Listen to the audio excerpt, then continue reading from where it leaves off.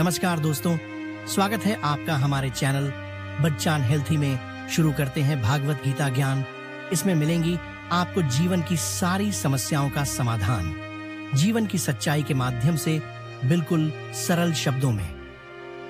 Retirement के बाद ब्रजभूषण जी उर्फ पंडित जी के साथ कुछ उल्टा ही हो गया।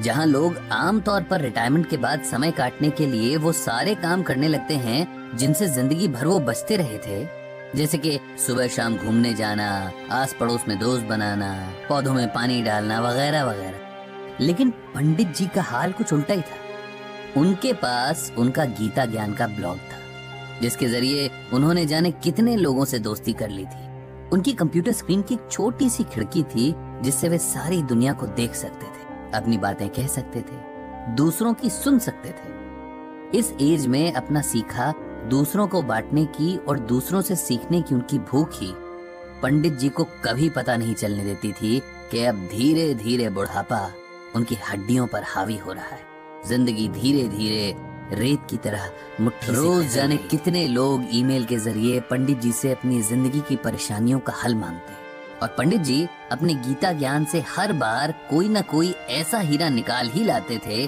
जो अंधेरी रात जैसी मुश्किल में भी उजाले की किरण बिखेर देता। लेकिन कई बार दूर के लोगों को समझाना आसान होता है, अपने आसपास के लोगों को बिल्कुल नहीं, क्योंकि तब आप भी उनके दुख में दुखी होते हैं और तब उनके साथ आपको खुद को भी समझना होता है, जो कि दुनिया का सबसे मुश्किल काम है। पंडित जी भी कल रात से ऐसे ही एक डिलेमा में फंसे हैं। उनके बहुत खास दोस्त रविकांत दुख की नदी में डूब रहे हैं और पंडित जी को समझ नहीं आ रहा है कि कैसे अपने दोस्त को डूबने से बचाएं। क्या कहें ऐसा कि उनके मन को हिम्मत मिले। कहने जाते भी हैं तो अपना ही गला रुआंसा हो जाता है। रह रह कर बस पुराने वक्त की यादें आंखों के आगे आ जाती हैं। यादें जिनमें वे खुद हैं, उनकी पत्नी है रविकांत हैं और रविकांत की पत्नी रश्मि है, जो कल अचानक से उनके दोस्त को अलविदा कहकर अनंत की यात्रा पर निकल गई हैं और पीछे छोड़ गई हैं उनके दोस्त को, जिसके बारे में तमाम मित्र मंडली मजाक बनाती थी कि वो तो किसी के सपने में भी बिना रश्मि के नहीं जाता। रश्मि और रविकांत की कहानी याद करके पंडित जी बार बार भावुक हो जाते हैं। कुछ 40 बरस पहले नई नई शादी करके ये दोनों इस मोहल्ले में किराए का मकान लेकर रहने आए थे। दोनों ही बैंक में काम करते थे और कुछ काम की व्यस्तता तो कुछ नए होने के संकोच के कारण मोहल्ले के कम ही लोगों से उनकी जान पहचान हो पाई थी। पंडित जी के दोनों बेटे तब बहुत छोटे थे और रविकांत से पहले उनकी दोस्ती उन दोनों से हुई थी। शायद इसका कारण रविकांत का बच्चों से बहुत प्रेम करना रहा। धीरे धीरे बच्चों की ये दोस्ती उनके माँ बाप तक पहुंची और ये चारों भी आपस में बहुत अच्छे दोस्त बन गए। ईश्वर के खेल भी अजब निराले हैं। जिस रविकांत को बच्चों से अथाह प्रेम था, उसी को औलाद के सुख से वंचित रखा। पंडित जी की पत्नी के साथ रश्मि ने जाने कितने डॉक्टर्स के चक्कर लगाए, कितने मंदिरों में माथा टेका, जाने कितने दिन भूखे रहकर व्रत उपवास किए, लेकिन औलाद भाग्य में नहीं थी, सो नहीं मिली। रविकांत ने कभी भी रश्मि के आगे ये जाहिर नहीं होने दिया कि संतान ना होने का उन्हें कोई दुख है, बल्कि वे तो रश्मि को समझाते रहते कि उसे सच को स्वीकार कर लेना चाहिए और एक कमी के पीछे जीवन की बाकी खुशियों को नजरअंदाज नहीं करना चाहिए। हालांकि रश्मि को यह मलाल सदा रहा कि वो मां नहीं बन सकी और वो हमेशा अपनी ममता पंडित जी के दोनों बेटों पर लुटाती रही। समय के साथ दोनों परिवारों की दोस्ती और मजबूत होती गई और हर सुख दुख एक दूसरे के सहारे आराम से निभता रहा। उन दोनों में अलग तरह का प्रेम और समर्पण भाव था। दोनों जहां जाते साथ जाते, यहाँ तक कि सब्जी लेने भी उनकी पसंद और नापसंद हैरान करने की हद तक एक थी। उनका स्वभाव भी एक जैसा। ऐसा लगता था कि जैसे दोनों की ही पर्सनालिटी एक ही रंग से लिखी गई थी। उनके मन एक ही सांचे में ढाले गए थे। एक दूजे के बिना उन दोनों की कल्पना भी नहीं हो सकती थी। और आज वही जोड़ा टूट गया था। जो अकेला छूट गया था, उसके बाकी बचे जीवन की कल्पना भी अब मन में सिहरन पैदा कर रही थी। किसी तरह बड़ी मुश्किल से रविकांत को सहारा देकर उन्होंने अंतिम क्रिया से जुड़ी विधियां करवाई थी। रविकांत का हाल ऐसा था कि जिसे देखकर पत्थर भी पिघल जाए। उसका विलाप, उसके आंसू देखकर तो मौत के देवता की आंखें भी भर आई होंगी।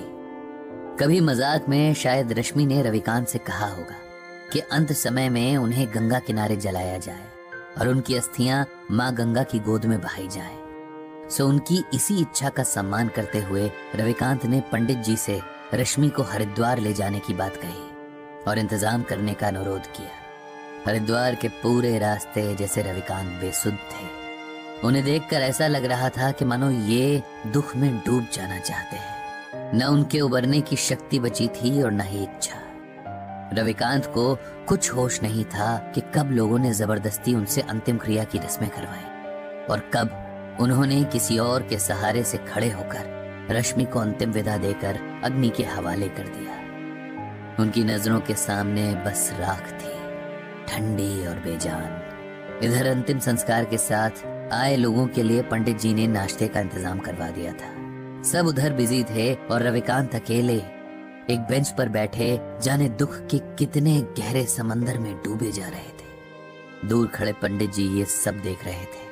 उन्होंने तय किया कि उन्हें रविकांत को इस सदमे से बाहर लाना ही होगा, उन्हें सच को स्वीकार करने का हौसला देना ही होगा, क्योंकि अगर ये अभी न हुआ तो कभी नहीं हो सकेगा। रविकांत के पास जाकर उन्होंने धीरे से उसके कंधे पर हाथ रखा और ऊंची आवाज में भगवद गीता का ये श्लोक पढ़ा। नैनम छिन्दन्ति शस्त्राणि नैनम दहति पावकः न चैनम क्लेदयन्त्यापो न शोष्यति मारुतः। जानते हो रविकांत, इस श्लोक का अर्थ क्या है? श्लोक का अर्थ है आत्मा को न औजार काट सकते हैं, न आग उसे जला सकती है, न पानी उसे भिगो सकता है, न हवा उसे सुखा सकती है। आत्मा अजर और अमर है। ये श्लोक श्रीमद् भागवत के दूसरे अध्याय में है, उसी गीता में जो स्वयं भगवान श्री कृष्ण के श्रीमुख से अमृत बनकर बरसी और जिसकी ज्ञान गंगा में भीगने वाला हर मन मोक्ष पा लेता है। रविकांत का ध्यान आज सुनी हुई सारी बातों में बस इसी बात ने थोड़ा सा उसकी ओर खींचा। उन्होंने पंडित जी से पूछा कि उनके सुनाए श्लोक का यहाँ क्या मतलब है, क्या संबंध है? क्योंकि तुम शरीर और आत्मा का फर्क भूल रहे हो मेरे दोस्त। अपनी प्रिय पत्नी के शोक में तुम इस सच को अनदेखा कर रहे हो कि उसका सिर्फ शरीर नष्ट हुआ है, उसे चलाने वाली आत्मा नहीं, क्योंकि आत्मा तो अजर अमर है। एक शरीर से दूसरे शरीर की यात्रा करती है, एक जन्म से दूसरे जन्म का फेरा लगाती है। जो मिटा वो मिट्टी थी, जो जीवन शक्ति थी वो अब भी वही है, किसी और मिट्टी में जान फूंकने चली गई है। उसके लिए शोक करना बेकार है, ये उस आत्मा का अपमान भी है। उसे सम्मान के साथ विदा करना ही समझदारी है। यही बात हमें गीता में भगवान श्री कृष्ण अर्जुन को समझाने के बहाने समझा रहे हैं। हमारे मोह माया के बंधन हमें सच्चे लगते हैं, लेकिन सच सिर्फ एक है और ये वही सच है जिसे भगवान श्री कृष्ण ने अर्जुन को बताया है कि आत्मा अजर और अमर है। इसीलिए शरीर के प्रति प्रेम रखना व्यर्थ है। तुम्हारी रश्मि की देह का साथ तुम्हारे साथ बस यहीं तक का था। इस सच को स्वीकार कर लो और उसकी मृत्यु को उसी भाव से स्वीकार करो जिस भाव से उसके साथ को स्वीकार किया था। माता पिता, बेटा बेटी, पति पत्नी, ये सब रिश्ते देह से जुड़े हैं। आत्मा इन रिश्तों से आजाद है। वो किसी अभिनेता की तरह बस किरदार निभाने तक देह में रहती है। किरदार खत्म तो आत्मा भी किसी और किरदार को निभाने निकल जाती है। जो अब तक जिया उसकी अच्छी यादों को समेट लो, वही जीवन की कमाई है। उसी के सहारे आगे का जीवन काटना है। उस आत्मा को प्रणाम करो और खुद को शरीर के मोह से आजाद करो। पंडित जी की इन बातों को सुनकर और भगवद गीता के श्लोक की व्याख्या सुनकर रविकांत के मन को ऐसी हिम्मत मिली जैसे किसी डूबते हुए को किसी मजबूत हाथ का सहारा मिल गया हो। जीवन के लिखे को स्वीकार करने की प्रेरणा ने जैसे उसके डगमगाते कदमों में ताकत भरती थी। उसने तय किया कि अपनी मर चुकी पत्नी की यादों को सम्मान देते हुए अब उसकी मृत्यु की सच्चाई को भी सम्मान देगा और साथ ही और भी गहराई से श्रीमद् भगवद गीता के ज्ञान को समझेगा। इधर खुद पंडित जी का मन भी अब शांत हो गया था उन्होंने मन ही मन श्रीमद् भागवत गीता और भगवान श्री कृष्ण को प्रणाम किया। उनको धन्यवाद दिया कि उन्होंने गीता के रूप में मनुष्य के लिए हर मुश्किल परिस्थिति का हल पहले से ही बता दिया है, बस उसे ढूंढने और समझने की जरूरत है। धन्यवाद। आशा करता हूँ इस गीता ज्ञान के माध्यम से आपकी सभी समस्याओं का समाधान कर सकूं। बाकी अगले एपिसोड में बात करेंगे।